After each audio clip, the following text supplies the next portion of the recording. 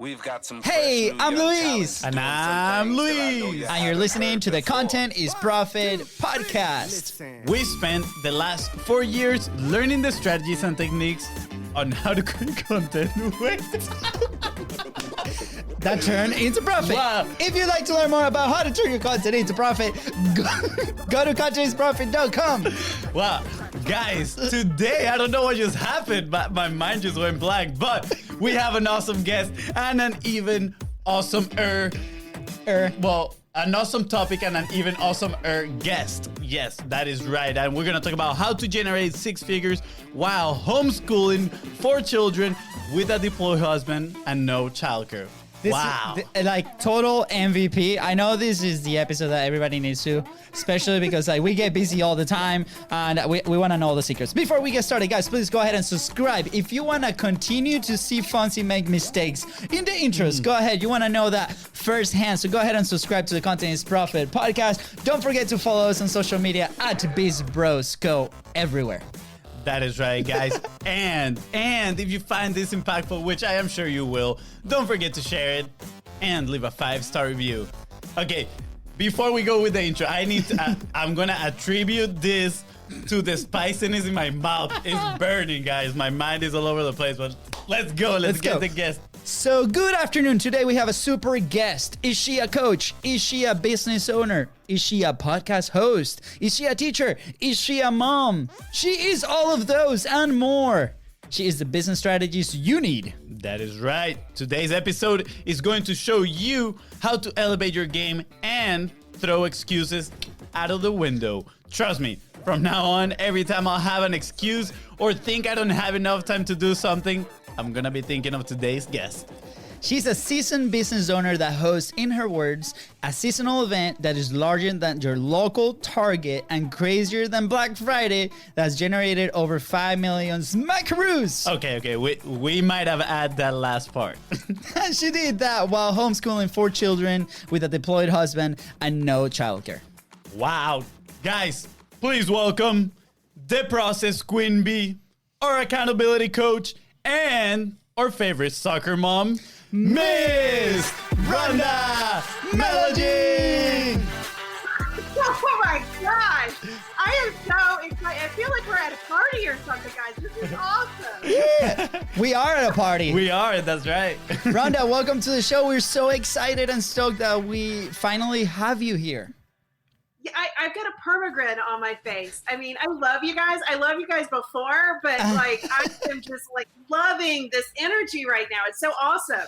Yeah, I know. The other day we were actually talking to some people that listen to the show, and we're like, people think we do this show for, the audience and the value. And, we're like, the real reason we actually do this show is for us. We're like, we just want to learn from you guys. And at the same time, we want to elevate our days. So the fact that we have to go live and elevate our energy so we can keep going throughout the week, we're like, we got to set up like these mini events and set up this energy so we can actually function. So that's a secret reason we do the show. Not so secret anymore. Well, it's absolutely fantastic. And I like the pre-show stuff. Like I was watching, what was it, like over 600 pieces of content? Oh, yeah. Yes, thank you. This morning, actually, we were actually going back through that data. And, you being like the system person, and we're probably going to dive into this, like data is amazing. And I was actually like, let me go back because we had some awesome milestones, 50th episode just released on podcast, 1,500 downloads. But at the same time, it's so much more than that afterwards, not only with the relationships that we've been building with everybody, with you, with everybody that comes into the show. But then we're like, okay, from this show, what else have we done? And it was incredible, 650 pieces. It was like posting like 5 or almost 6 times a day. And the cool thing is that everything is working. Everything is working. And we're like, amazing. Let's keep doing that. More of what works. Absolutely. And then because of the process that you set up, you've got a hockey team that reached out to you? Oh, yeah, that too. A professional hockey team reached out. Their top sales guy apparently is a big fan of the show. Shout out to Luke. Thank you, Luke. They brought their, marketing top person to come chat with us and deploy a strategy. So we're extremely thankful for that. So thank you, Rhonda, for that. I mean, that we were not supposed to plug that in today, but thank you. We appreciate you. Now let's turn the page and turn this all about you now. Rhonda, who's Rhonda? Like how do you start on this entrepreneurial world, systems world, and now like where are you? What are you doing? Well, it's interesting. So, I mean, you've really kind of built me up. So I needed like a really, really good story, right? Or a story. It's fine. I'm sure like it's going to be amazing. Yeah. Well, I was working in corporate America. I was a pharmaceutical rep. And at the time I was pregnant with my third child. And I was 8 months pregnant. And I thought, let's, take $20,000 and jump all in on this little thing called a seasonal children's consignment sale. The first event was had 100 consigners that consigned with me in 10,000 square feet. And we did it.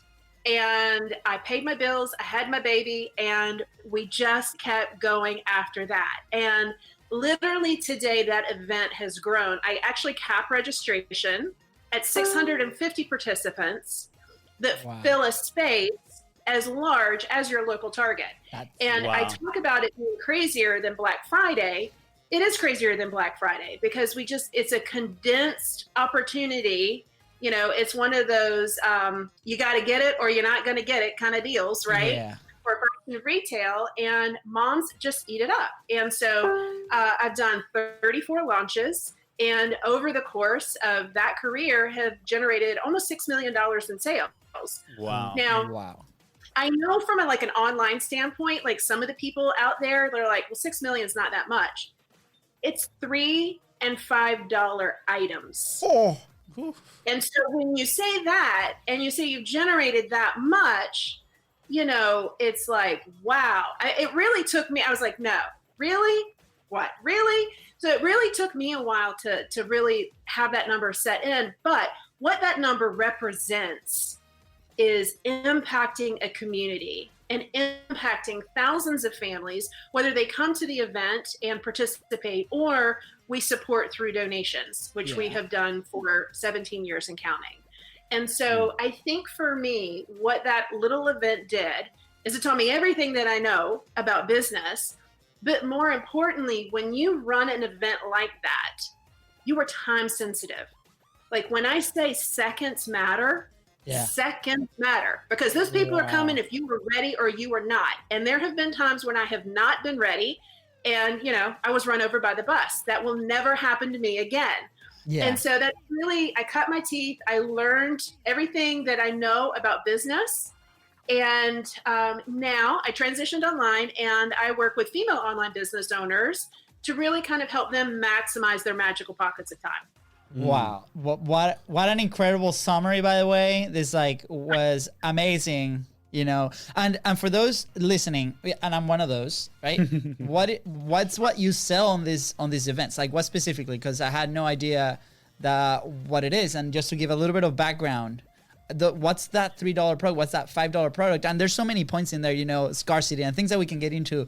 But what is that thing? I have no idea what you do, and maybe that will give me personally like a little context on how this thing works, because it's fascinating. So it's everything, and that's an interesting question that you even bring up, because I never ventured away from items or things that were related to children.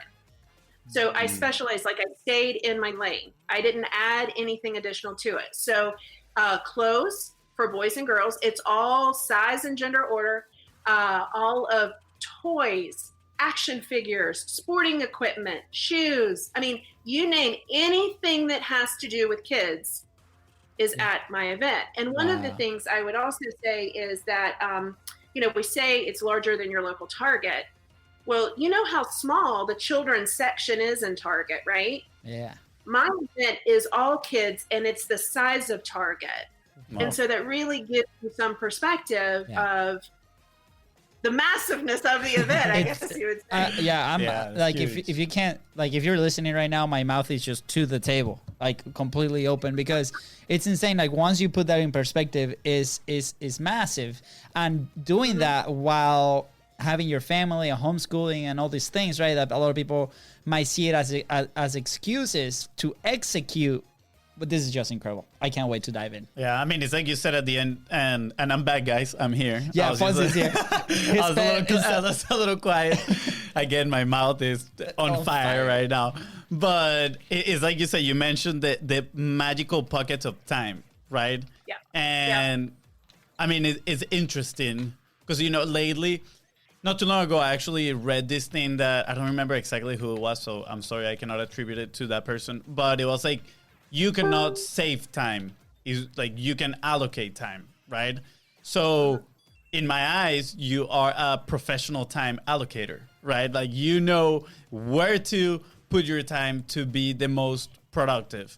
And reading your bio, 4 kids, homeschool, putting this massive event, the size of Target, right? Like it's crazy. And before we actually started Biz Bros, we used to have the t-shirt company, right? The t-shirt that my brother's wearing. We actually did it ourselves. And we went to a convention for people that had clothing brands and all that stuff. That's how I imagine in your event right now. And that was massive. It was so big. So when I imagine that and I'm like, wow, she can do that with, everything else that she has going on in her life. Like, there's no excuse to say I don't have time to do something, right? I remember listening last night in one of your episodes on your show, by the way, which we'll leave the links right below because everybody has to go check it out. That you were saying you were actually telling this story, but you did not go into the money amount, right? And it sometimes a lot of entrepreneurs are like, oh my gosh, like I haven't reached out the 7 figures, 8 figures, whatever it is, right? And it seems like a status, and you're like, I'm just gonna stay away with it because my credentials are here. This is a success I have with my clients. This is a success I have with my students. So. Right. Why is that so important for an entrepreneur, somebody that's starting to teach or coach or be involved with a community at the level that you are? Because my bank account doesn't affect you. How much I make, if we were in traditional business, I would not go, hey guys, how much money do you take home each month? How much money did you generate this month? I mean, it's just not a topic of conversation.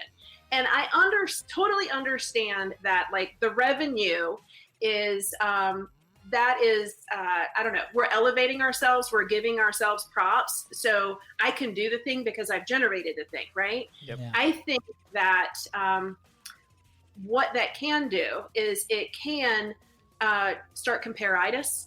And then it starts people on a journey. I mean, I work with women and we are so hard on ourselves. And so it starts a journey of, okay, I can't be where she is. I'm going to stay right here. I'm not going to take imperfect action. If I can't take imperfect action, then I can't grow, right? So what I like to do is really celebrate my clients. I mean, you guys know, we're in the community together. I love celebrating your wins. And we have a Friday win thread. I have Friday win threads in my communities. And it's not necessarily all tied to money. It's tied to the impact and it's tied to the action that really kind of creates that transformation in us as people and how we can serve others. Yeah, I absolutely love the term comparitis. I think that's a prominent thing in the online world, especially, I mean, honestly, I'm not gonna lie. Yesterday, I had a little comparitis. I found this one guy named David Perel. He's a writer. He has a really cool writing course, and he's 25 years old. And I was like, whoa, like I'm 27, right? And immediately I caught myself. I was like, no, don't do it. You cannot go there, right? Like you are your own self, and like Steve says, the only person you can compare yourself to is yourself yesterday, right? Yeah. So thank you for that. Yeah.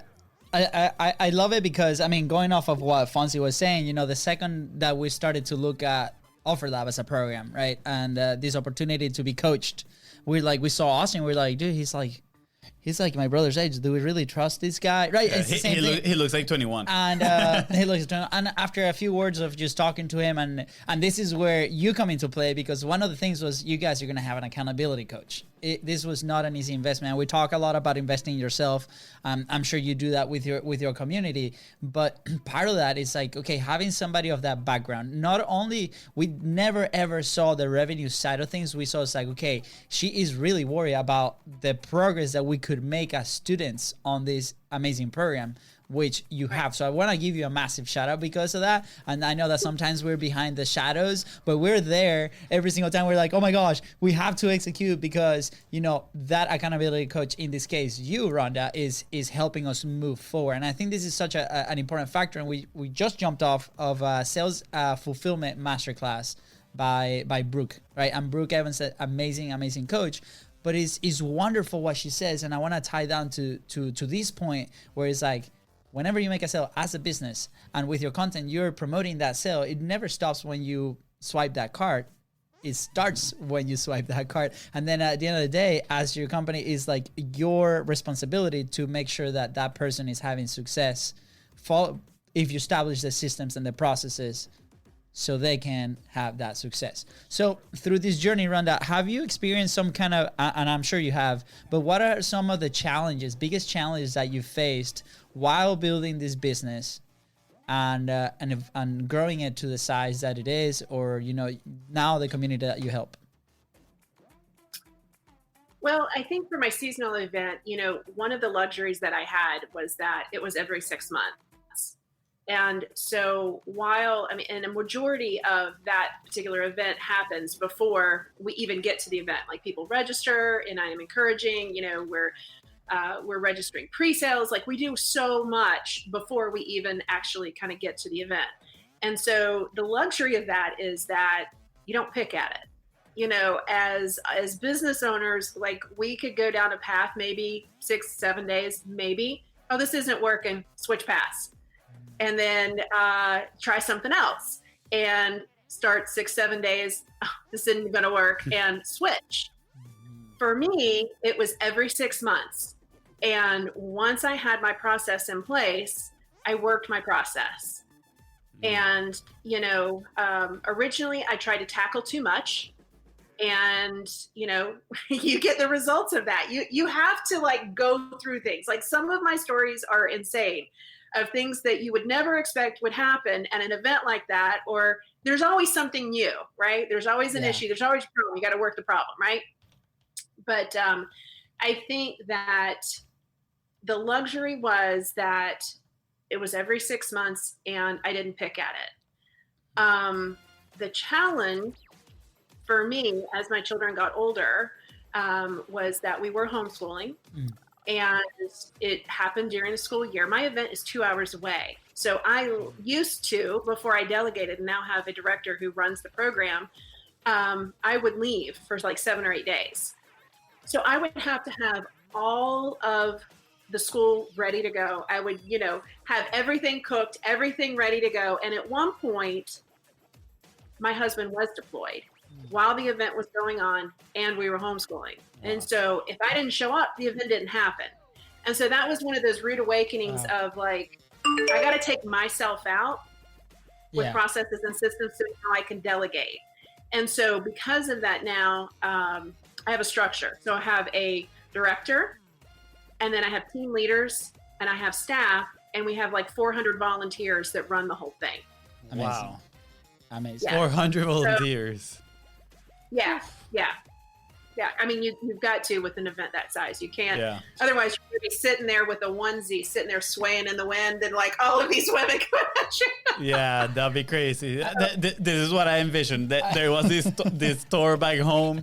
It's called Graffiti. I don't know if that existed here in the US. I'm guessing it did. And I remember like it was like pile of clothes. And when we would go with my mom, like you would see people literally just like digging in, throwing the clothes everywhere. I'm like, oh, this is insane. But wow, that's crazy. 400 people. That talks about the systems you need to have in place to be able to manage all those people.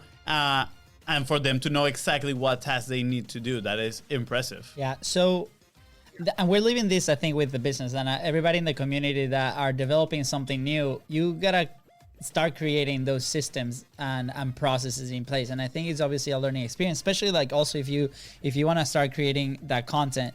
One of the challenges that we faced at first was the lack of documenting what we're doing every single day. And once we started doing that, it really helped us create those SOPs, execute on those SOPs, improve those SOPs, standard operational process, whatever. Your process, right? Exactly. Yes. Your process. Wow, today is Wednesday, guys. Okay, now for us, that helped us a ton. What are some tools that helped you identify those processes and then started to get better at it every single year? Well, my event in and of itself, I just want to like speak to one of the things that you just said. As people are starting their business, I think that if you are just a solopreneur all by yourself and just getting started, that is the perfect time for you to start documenting your processes. A lot of times we feel really weird about doing that because it's just us. A lot of times we think we don't need SOPs because, oh, I'm not going to build out a team. But then we kind of get into the mindset, it's easier for me to do than tell somebody how to do it. And so it is extremely important. Like if I am like looking at the tier of process, number one, it's business organization. Number two, it's time management. And then, we focus on what it is we're going to sell. Like what is our product, right? We develop that out. And then we have a process that actually supports all of that. I think, that's key from the get-go, because your processes are the workhorse of your business. Your process is going to, whatever it is you are selling, that's going to help you in fulfillment. Yeah. What is fulfillment going to help you with? That's customer satisfaction.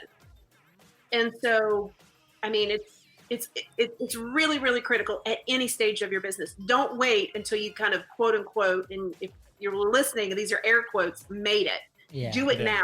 You will thank us now, yes. Instead of waiting. When you're talking about like, how did I build out all those processes?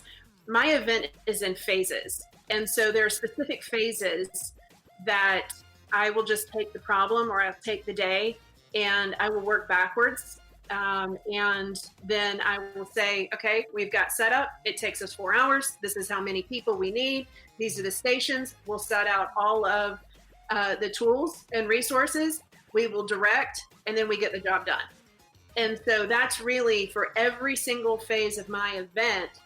That's how we would work the situation. Now, we'll work the process, develop the process. Even 17 years in, I will say, don't be steadfast to the process. Be open to shifting. Be open to changing to support the times, to bring in new tools to help you streamline. When we're talking about processes, what are we talking about? Number one, it's the tools and the resources you need to complete the task, and it's a step-by-step to complete the task. That's all an SOP is. Now, my husband would disagree as he brings home, a 4-inch binder full of SOPs for one day.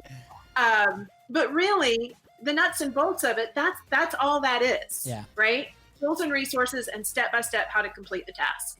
And people want you to tell them what to do. They want direction. That's why I think a lot of entrepreneurs now are they're going around aimlessly, because being an entrepreneur is a great thing. But being an entrepreneur is a bad thing, because we don't have a playbook. We don't have someone telling us what to do, right? Yeah. Yeah, and I feel like, honestly, there are similarities and all things you can do, but I think everybody's journey is different, right? So I feel like the SOPs that you'll develop for your business might be a little different than somebody else's too. And I love what you said about it's easier for me to do rather than delegating it. Kind of like that type of mindset, because I've been there for sure. I was the one editing all the videos for a while, and I was like, no, and I didn't document anything, so I had it all in my head. So I guess my fear was, if I hand this over, and I obviously have to hand it with some of my knowledge, are they gonna forget? Are they not gonna do it at the same time? And it's because I didn't document it. I know if I would have documented it, I would have had an easier time handing that task over, because I would have been like, well, he has everything he needs in this document to do it exactly how I'm doing it. So that I think that is key. Why people get into that mindset? What do you think it is? That it's easier for them to do it, or I think it's like, I'm sorry. No, I say yeah. Okay. I think it's that they can't do it as well as I can, and they really don't know what it is they need. I think by documenting processes, what you see is areas of opportunity to delegate. And then that identifies the person you need, and you can look for a specific skill set. And so what that process does is that it creates consistency, it creates an expectation, but more importantly, you bring on the right person. And with that amazing skill set, they are going to exceed your expectations of perfection. And that's where really the magic happens, and that's where growth happens. Yeah, I feel like we've seen that lately with with our team. Every time they throw something back at us, we're like, wow, that looks so cool. Yeah, 100%. I mean, and I think a lot of it is that letting go, right? Is because maybe as entrepreneurs, right, when you're building something or you're creating a piece of content, a massive video, long video, or a show in this case for like us, right? You're like, that's your baby, you know, and you invested time in learning these things, right? And I think it was I heard from Russell, like you can get your skill up to like a 6, and then you build another skill, you get it to another 6, and then you have all these things, all those skills into a 6. But for you, it looks like a 10. And it's super hard to let that one go. But then the second that you find that person with that you can assign it to that process, and they have a list that they can follow, then that person can take that to a 10, to an 11, to a 12, whatever, right? And they elevate that. And then you move to the next one. It's like, okay, who can I bring here that can do that? And I think in the past year, we have massive growth on that end, especially in the last 4 months since we started this, because we made this the priority, and we're like, okay, everything else, how can we like let it go? And we're like, okay, the first step is we got to document how we do it.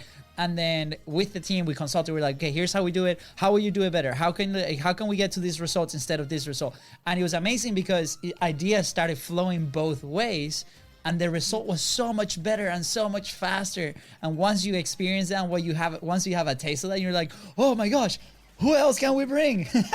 So yeah, I love how you break it down, and then how you delegate it to other people. I think too, maybe, I don't know, I'm thinking is people don't realize what's the possibility of what they can do with that now, you know, time that they can allocate in something else, right? For example, us, we were just so stuck in fulfillment, and it actually wasn't until I think OfferMind or OfferLab, one of those events, that we were like, dude, we're just like stuck in fulfillment doing the same thing, and that's why we're not growing, because we need to allocate our time now in sales and go out there and talk to people, create these relationships. And I think that was the point where we're like, okay, we need to bring some people in, and we brought them. And I mean, the rest is history. Yeah, history in the making. What are some of the common issues that you see when people trying to take this path? Do you see them going back to the like, let me just do it myself? Like, what are some of the mistakes that people might make while making this transition as they grow? Well, I think that they've held on to, and this is like one of the mistakes I made early on, was that I wore a cape. And so I felt like I could do it all by myself. And it wasn't until really kind of one particular situation, it was like really crazy during the event. And I was always, it was obvious I was kind of crash and burning. Like, I was running registers as customer service. I was helping people, you know, break down pack and plays. And now my director, she put her hand on my shoulder and she was like, how can I help you? And I think one of the biggest mistakes that people make is that, number one, they see a trend. People are building teams. This is part of entrepreneurship. So I need to build a team. And then they go to build a team, and then they'll post in a group of 50,000 people, I'm looking for a VA. And then they're just inundated and they don't know what they want. And so the first step would be to document your processes, like what it is you do. In some instances, I will say, like, for example, Dubsado. Dubsado is a customer relationship manager. And while you may feel overwhelmed in onboarding a client, once you set up a workflow with a click of a button, you can create an amazing client experience for $35 a month, and you feel like you have a team working for you. So it serves your client and it serves you. But what was the name of that tool again? Because we might have to go. Yeah, Dubsado. Yeah, it's amazing. I love Dubsado. So, and that's one of the tools that I train and I teach on. But That's just a for example. So instead of bringing someone on, let me step back and let me see where am I in the weeds. Where I'm in the weeds, let me just document that. And if it's just a simple on a sheet of paper, right? The tools and resources that I use and the step-by-step for just one thing. Now, this is not a checklist and an overwhelming brain dump. It is just step-by-step to onboard a client. That's one process. Now, the next process, if you've niched down and you do one thing, is for example, how do I produce over 600 pieces of content? What does that process look like? What are the resources and what are the step-by-step? And I mean, it really starts there. Otherwise, you have no idea what you need. You're probably not generating enough revenue to bring people on. You can't tell. I mean, someone could be a rock star and you let them go by. I mean, you set yourself and you set your potential team up for failure without having processes first. Yeah, I love it. And I think like in my head, this is how I envision it. It's like different pieces of Lego, right? And my wife loves puzzles. I do not like them. And then I realized that my whole business was a massive puzzle, right? And I had all these pieces laying around that I had no idea. And then we started grabbing those pieces and putting them together. It's like, okay, well, now we're working on this little thing right here. What are the steps that we can do that? Who can we like give that to? Can we mix both of them? And then that becomes just one process, right? Especially, you know, the what you asked, like, how do you come up with 600 pieces of content? Well, that is a process that we've developed to accommodate what we need, right? And then other people are reaching out to see how we do it and how they can do it too, which is great. And then we're like, oh my gosh, this is like the light bulb moment. It's like, we should be doing this with like on the business side, right? And sometimes a lot of businesses have those processes, but then they lack it on the marketing and sales side of things because they think this is all fluff. It's the same thing. It goes both ways. So I love where this conversation is going because, you know, you can take that from the business, apply it to your content, be like, establish your system and processes on how you create the content to accommodate the needs and objectives that your company needs to have, right? Oh my God, beautiful. Yeah. And then if you are a solopreneur, actually, this is a great example. We actually have a really good friend in Argentina. They grew a massive social account. It was an Instagram account. It's called El Quilombo. It's like funny stuff, like memes and stuff. Millions of followers. I think it's one of the biggest ones in Argentina. Yesterday, we saw a video that they rebranded the whole thing.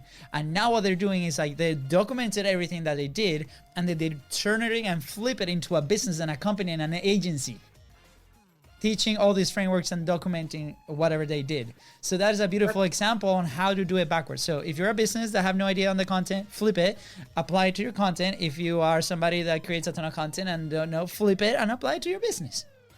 Exactly. Boom. Boom. There we go. There we go. Thank you.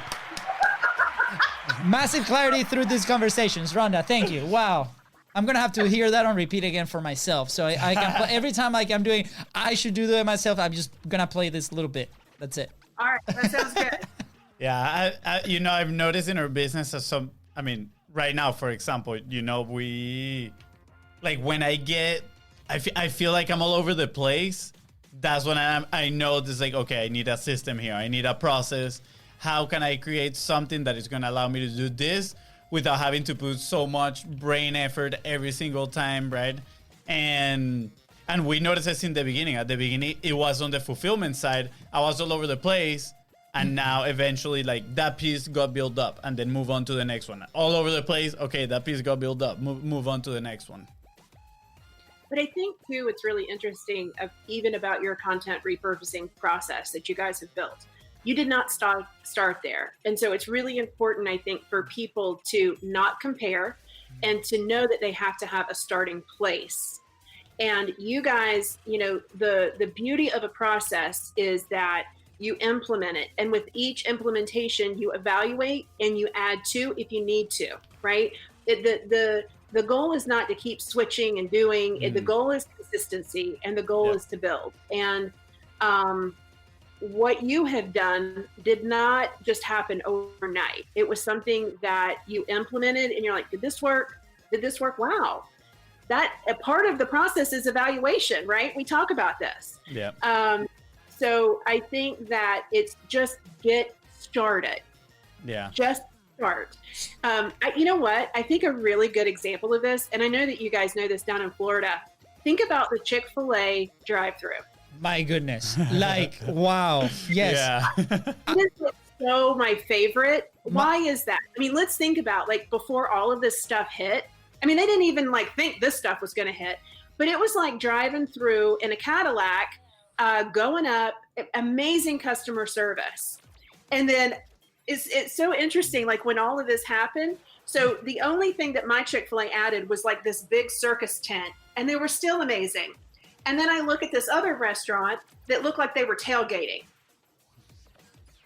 What's the difference there? Yep. They invested in that process, and they continue to evolve that process into what it is now. Some of them have like big metal structures with heaters and coolers, and you order in one station and you pay in another station. I mean, it's amazing. Yeah. No, this thing, I love that you bring that example, because just last weekend we were actually going through a drive-through and we saw this thing. There were like 2 lines inside of like a single parking lot. The thing will go around the restaurant, and my wife goes like, "Are you sure you guys like you want to eat here?" Like, and I'm like, "Yeah, I'm craving the chicken nuggets. Oh my goodness, they're delicious."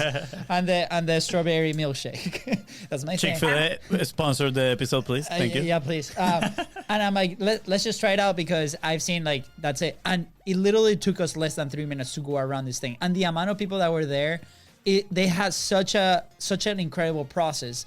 But the cool thing is like we saw the process before COVID happened, so they already had something, but they just like you said, they just added pieces to this. Probably tried it. They will probably debriefing like after every single day, like what worked, what didn't work, how can we improve. One thing in Florida, the sun is crazy, it's super hot, so I'm sure those tents are for obviously their employees and the people ordering, because you're in shade while you open your window, so it's nice. So amazing. Thank you for that example. Yeah. Yeah, no, and I want to bring it back a little bit to what you say, right? Like, we didn't start with this. It wasn't day and night. Oh, now we have a massive process to have a bunch of content. We actually started our first standard operating procedure. That's an SOP, Lujanel. And there we go. Thank you. Our very first one was literally, okay, we're just gonna hop every day on Facebook Live, and that's it. That was our first step. Like, step number 1, get in front of the computer, press Facebook Live on Facebook, talk, publish it. That's it. And then a few days later, we're like, okay, now we can allocate. We have some time we can use. What about we download the video and now we post it on Instagram? Now it's a 2-step one, right? Like, we go live, now we post it on Instagram, and it actually evolved that way. It turned into this podcast and all the repurposing that you see behind it. But like you said, it started one step at a time. We tried it, iterate, see what worked, and then moved on. Now, Rhonda, how do you identify that like that place to start? Because for a lot of people, you know, they see everywhere. Like, I'm gonna talk on the content side. You see Gary Vee, right? And they're like, this is how you are omnipresent, and you gotta publish all these things and all this stuff. And for us, that was like trying to chase that for a long time. And it took us a really crazy experience to realize that we couldn't do that from the very beginning. And we had to like really back.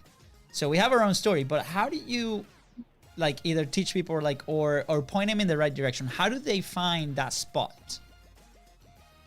Well, I think Fonzie, I mean, like he just said it. He was like, we had to step back and we just did one thing. Why was that? Because you were overwhelmed and you probably crashed and burned, and you realized that we cannot build this huge structure on toothpicks, right? We have to build a solid foundation to that. And I think that people, they want to mirror, you know, the biggest thing that I see across all entrepreneurs, like the most common thing that I see is hope. Hope and inspiration, right? And we feel like we can, and that is so empowering. And then we try to tackle the whole. And what happens is, unfortunately, something, crash and burn, whatever that is, right? But it's part of the learning process. And I think, you know, people really try to complicate business. You know, I am very simple about what it is I teach, how I coach. You guys see me in Trello boards. It's very simple. It does not have to be complicated to be successful. And here's the key. The key is, and we heard this week with Brad in the community. If you guys haven't heard that session, go back and listen to it, okay? Is that when the systems that we create actually exceed our expenses, like the revenue, that is financial freedom, because it's the system working. It's not us. We've replaced ourselves. That's our goal. Yeah. So I just love things like that. I love perfecting the system. Yeah, it's big. I mean, it's huge, big, impactful for me. Yeah. So here, this is a gong moment. Clarity moment. Clarity moment. Right there. I love that, you know, especially because I think most entrepreneurs, at least, I don't know, I'm not going to say most, but a lot of the entrepreneurs start because of that financial freedom, right? They're like, oh, I want to be free financially. And honestly, the best way is to keep it simple. I think that has been one of my, you know, half 2019 lessons from to now, because we used to overcomplicate everything every single time. I feel like at times, right now, I know I'm doing it. We started this new segment called Content Bites, and it's literally I'm trying to do it every single day at 11 a.m.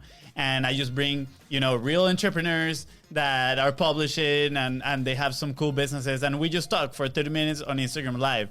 And I'm already, like, I'm on the first week and I'm already like, okay, I'm overwhelmed. I'm complicating this too much. And I'm thinking, how can I make this simple? So like you said, an SOP, all it is tools and resources and a step-by-step guide. So I'm thinking, okay, what tool can I use to schedule people faster, right? Okay, Calendly, awesome, boom. What tool can I use to reach people faster? Okay, this is what I'm gonna do, right? So we have already a system on, okay, I call them before going live, then we go live together, and then I call them again after we're live, and I tell them, hey, can you refer me to 2 people that you think they're going to be a good match? So now I'm saving the time of going online and searching for all these people, right? So it's pretty cool how you mentioned it, because it kind of like puts into perspective the progression that we've made. Because we used to just, I guess the expression is run by chasing our own tail, you know, and with 2 tails, it can get busy. Yeah, and we never stop to actually think, how can we make this simple? Yeah.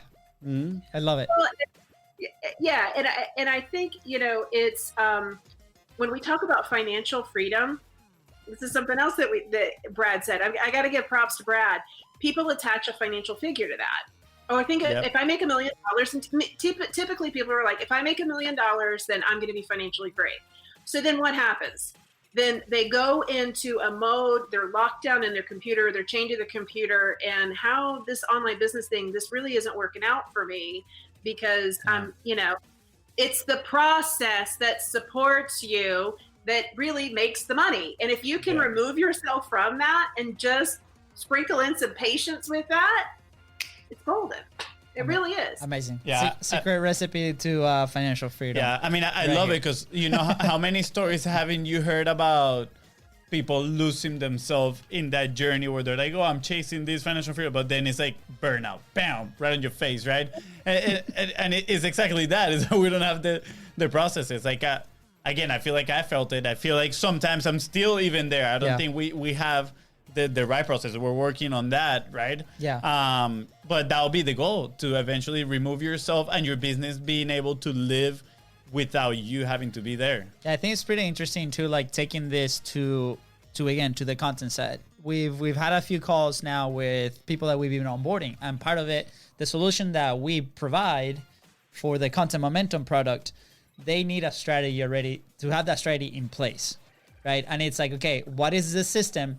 We give you basically the outcome of that, like for that system to work. And when they come on, they think they have a system, but then when we start extracting that information, is a mess. And then we put something in paper and it's like, this is going to be the outcome. This is going to be a strategy for the next 2 months.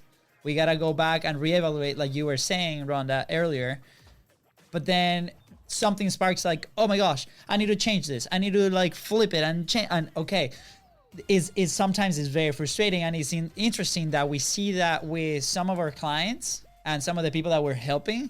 But then we have to turn around to like looking at ourselves, be like, are we doing that inside of our own business too? And I think is because we've probably built a habit around that is not maybe the best habit. So it's like you said, like step back, like Fonzie said, like you said, look at those processes, whatever that is in your business or in your content, and then establishing that one thing. What can I do with the least amount of friction? And then execute, measure, repeat. It works. Change a little bit if it doesn't. So I love that you simplify everything. And this is bringing massive clarity, by the way. This is like a therapist call 100%. Love it. Love it. Yeah. What is next for you, Rhonda? I'm curious. What do you think? What do you see your business or systems and processes going? What was your goal? Because I'm sure you want to go to your daughter's soccer games. Yes. Yeah. Well, we talk about soccer all the time because you guys are like big on soccer. And as soon as like in the car when we were at Offer Lab, I was like, oh my gosh, let me tell you the story. Yes. So absolutely. For me, my I guess Q3 goal is really I'm looking at my goal is time leveraged activities. And so I have some low cost offers that are out there, and elevating my customer, trying to over deliver as much as I can with those low cost offers.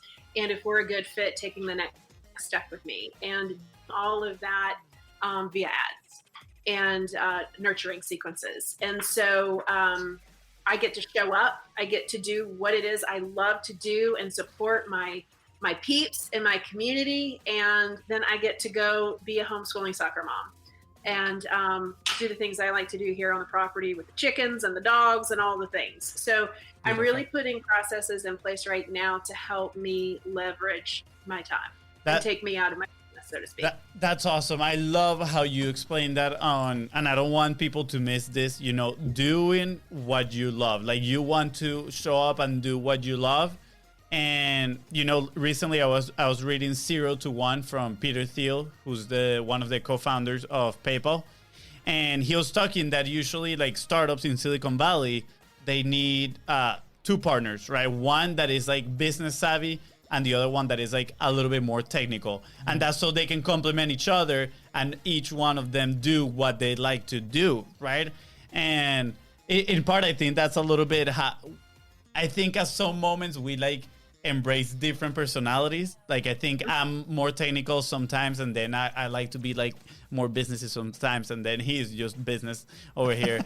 But that makes it interesting because you're finding those people to put in the right places, so then you can do what you enjoy doing. And I think a lot of people miss that, and they, again, going back to the beginning, they think they need to do everything themselves when it would be as easy as, hey, who wants to be my partner?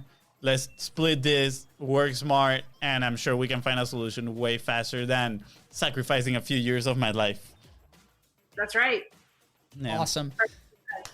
Rhonda, we're in the downhill now, trying to land this episode. What are some like amazing, awesome action points that people can, implement today to like build on their system and processes? Okay, so 3 things. The first thing is business organization. If you don't have it, you're a hot mess. And you just, from the get-go, you need to get your business overwhelm under control.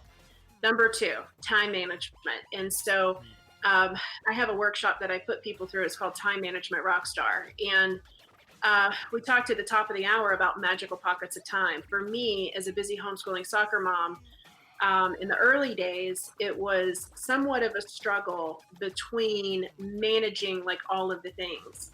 And I realized that there were pockets of time that I was not maximizing. And if I could maximize those magical pockets, then I could do what I needed to do for me as Rhonda. And then I could also be present as a homeschooling soccer mom to my kids. And when I did that, it was never, I don't think there is a work-life balance. I think it's not, there is an ebb and there is a flow. Yeah. And understanding time and managing your expectation of time and how long it actually takes to do something, and giving yourself permission to take the time to focus on one thing. I mean, I can't overemphasize that part enough, right? Yeah. And then finally, 3, SOPs. And so it literally is a 3-step process. 1, in the description, it's the tools and resources to complete the task. 2, it's a step-by-step how to complete one task. Well, it's actually 4 steps. 3, implement. 4, evaluate. Wait, what was step 3 again? Sorry. Implement. You actually implement the process. And then 4, you evaluate it. And Nice. you should have a process for everything.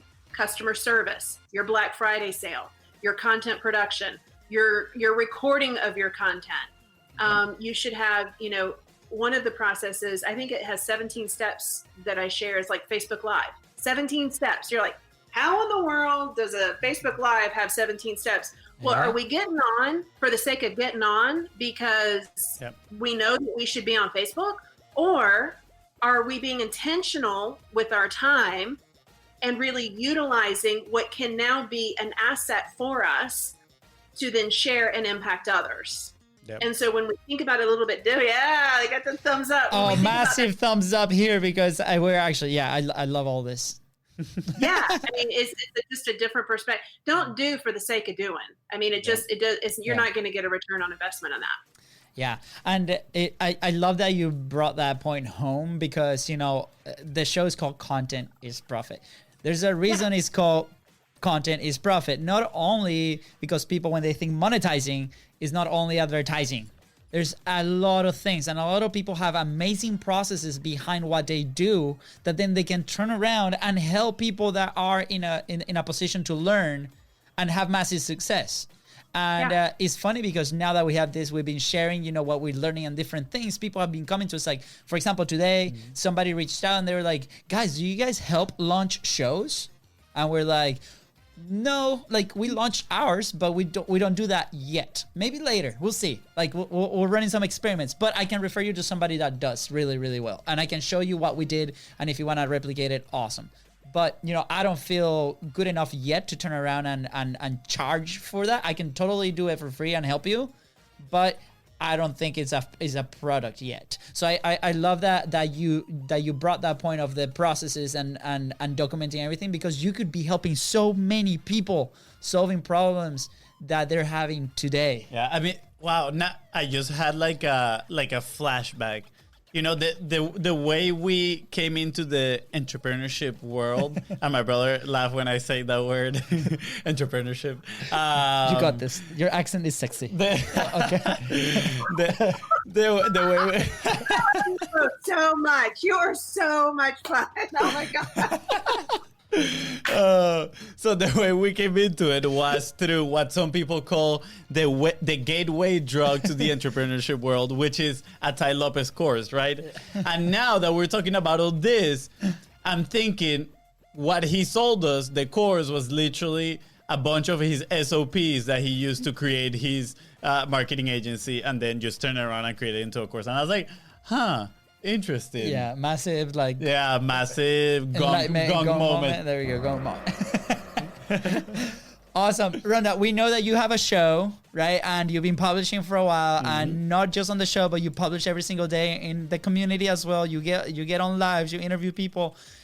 And obviously this show is for, we don't like to say motivating people, because motivating doesn't always follow, action follows motivation. Action doesn't always follow motivation. So we want to literally push people to execution.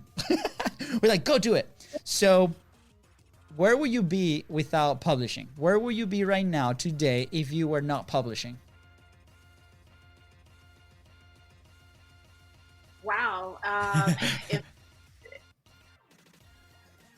I would probably just still be here in my house. I mean, I would be closed off from the world if I wasn't publishing, if I wasn't sharing. I think that, sharing your unique talent. I mean, that's and never underestimate that. So I don't think that I would be where I am today. I don't think that I would be able to go live. I don't feel like I would be comfortable going live. I am having such a great time chatting with you guys. And I love your business. I love I love what you're doing. I mean, you're just exploding right now. And I think it's amazing. Thank you.